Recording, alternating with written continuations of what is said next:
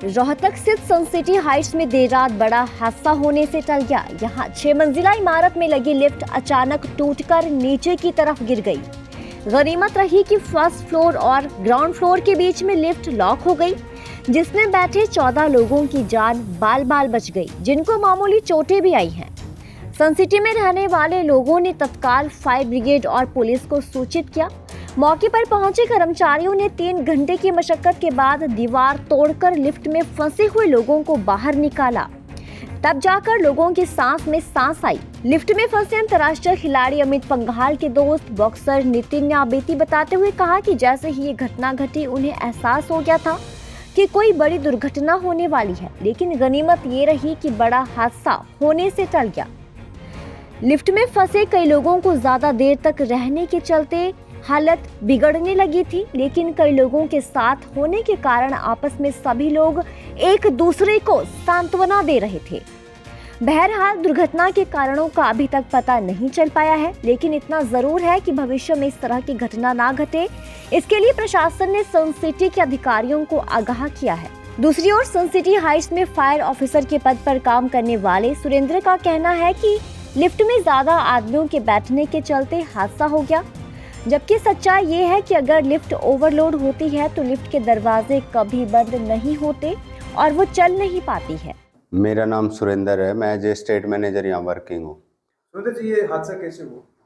हादसा ये हुआ कि कल इवनिंग में मुझे अप्रोक्स 7 बजे के अराउंड इन्फॉर्मेशन मिली कि लिफ्ट में कोई बंदे फंस गए हैं। तो अराउंड 15-20 मिनट के बाद हम साइट पे पहुँचे, तो उससे इन बिटवीन हमारा जो लिफ्ट टेक्नीशियन था वो अवेलेबल था, वो लगा हुआ था। फॉल्ट ये था कि बंदे इसमें ओवरलोड कैपेसिटी की वजह से उसमें जो इमरजेंसी ब्रेक थे वो अप्लाई हुए थे। तो हमने इलेक्ट्रॉनिकली और मैकेनिकली दोनों तरफ एफर्ट लगाया। जो हमारा लिफ्ट का OEM है उससे भी बात करी और सब बंदे एफर्ट लगा रहे थे।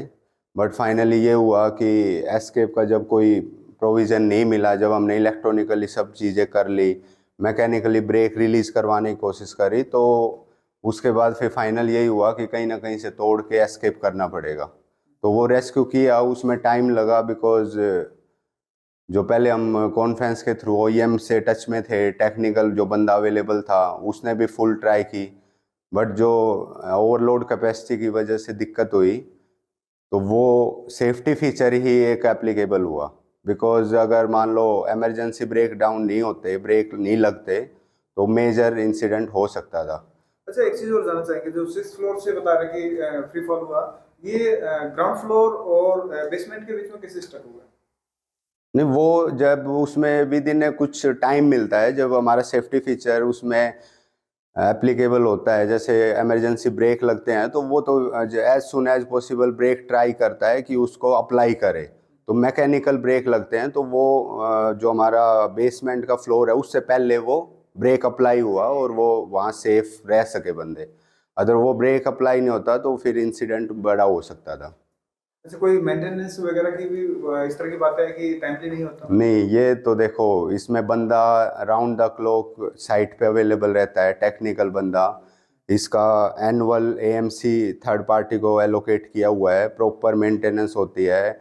इंस्पेक्टर जो होते हैं हमारे, एनुअली इसका NOC होता है, वो हमारे पास सारे बाकायदा ऑन पेपर चीज़ें अवेलेबल है। उसमें एक भी लैप्स ऐसा नहीं है जिसमें ऐसा बोल सके कि सेफ्टी से तो कोई कंप्रोमाइज़ है नहीं, बट एक जस्ट टेक्निकल एरर आई या जो भी ओवरलोड की वजह से हुआ तो उस वजह से हुआ। बिकॉज वो चीज़ें रेगुलर तो हमारी इमरजेंसी ब्रेक रेगुलर तो अप्लाई होती नहीं है, वो तो कभी कभार कोई इमरजेंसी आई तब अप्लाई हुई। तो वो मैकेनिकली इतनी स्ट्रॉन्ग था, उसको रिलीज करने में हमारा टाइम लगा, इसी वजह से करना पड़ा।